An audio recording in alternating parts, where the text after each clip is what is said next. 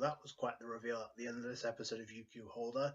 And the thing about it is, this episode gave us, even though we got some certain reveals, we still got a lot more questions than answers. So we start off with Fate Avarenkus, I guess, living up to his MO of the strongest mage in the world, although, technically speaking, who would be number one between him and Yukihime? It seemed like it would be a stalemate at this point, considering they were part of the past generation alongside Negi Springfield. So we don't really get to see that because it got interrupted halfway.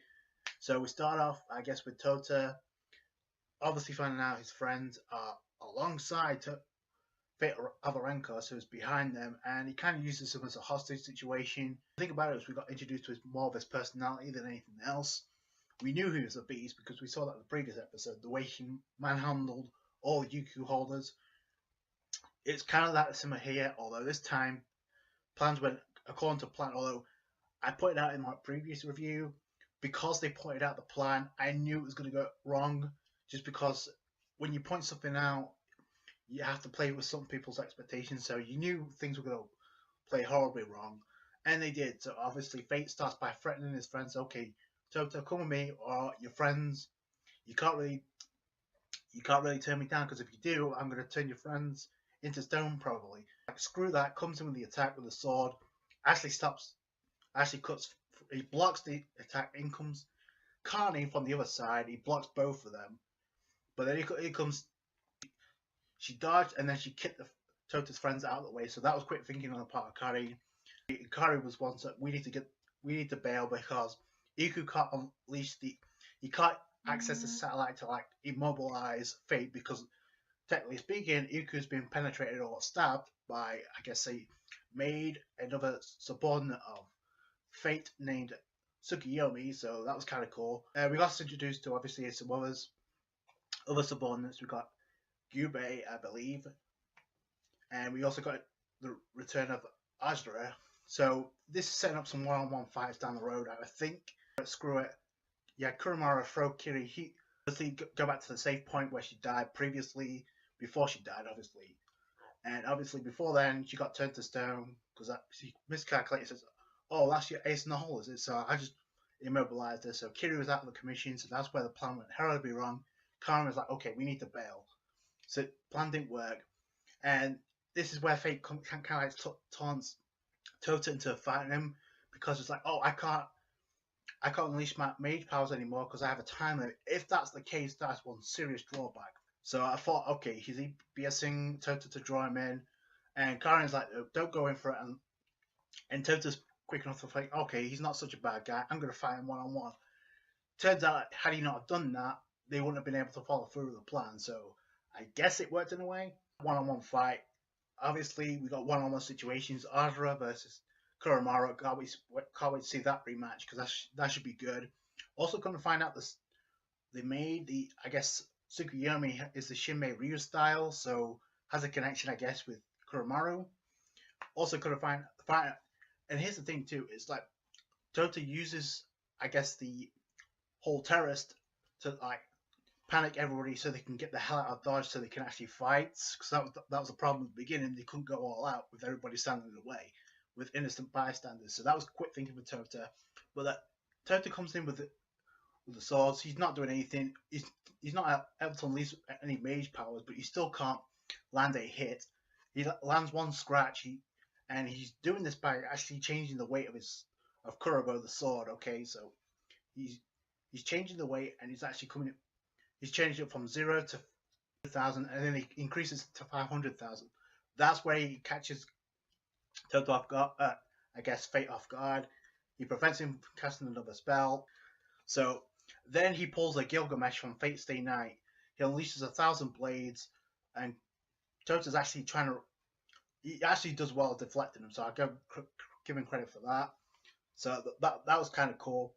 The plot twist: he notices there's a timer on Kiri when she's turned to stone. I guess it's a time to reset when she's gonna bring herself back to normal. So Tota notices this, and he's like, "Yo, we need to go in for it." Trusting Kiri's plan, they use flash tap, and they get right to where Kiri is. He grabs a hold of it, and that's how the plan is executed. Everybody grabs a hold, like I said, it's like instant transmission.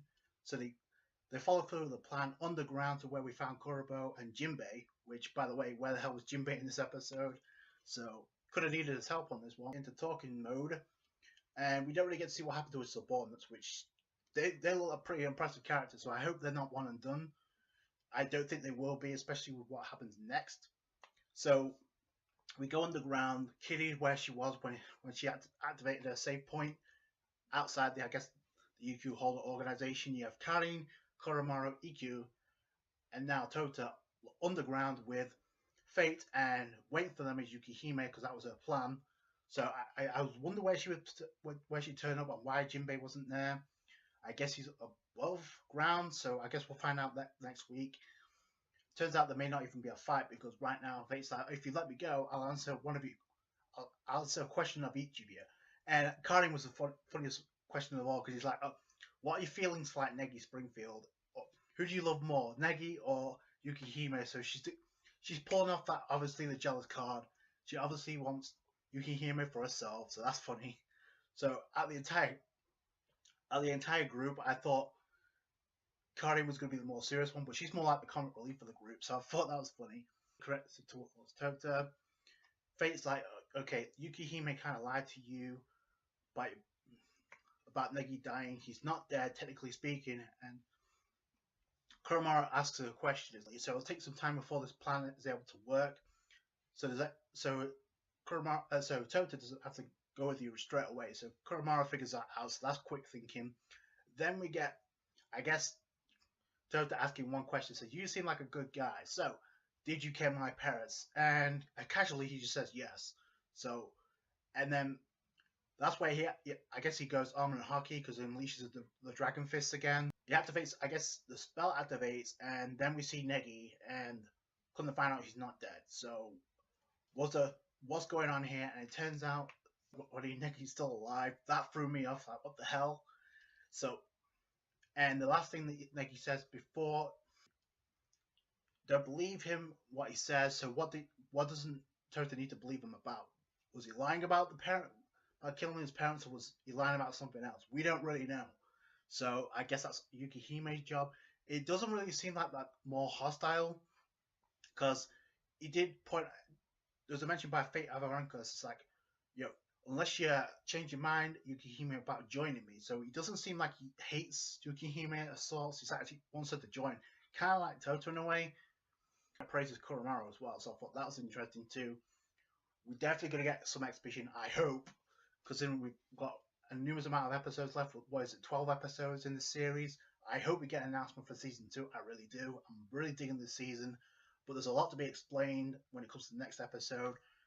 Hopefully Yukihime can provide the answers. It's funny how Tota's like, you think we're going to let you go just by answering our questions, and then he literally stated, like, he seemed like a good guy. So I don't know what we're going to do, given now that Fate's pretty much stated, I killed your parents, so I guess we're going to find out what happened, technically speaking. So I can't wait to see that. All in all, it was a decent episode. A complete plot twist with Negi Springfield at the end. So that was kind of cool. Can't wait to see what happens next. That's it from me. Thanks so much for watching. Like this review if you did appreciate that. Subscribe channel for more UQ Holder. I do them every week. So subscribe channel. Catch you guys later.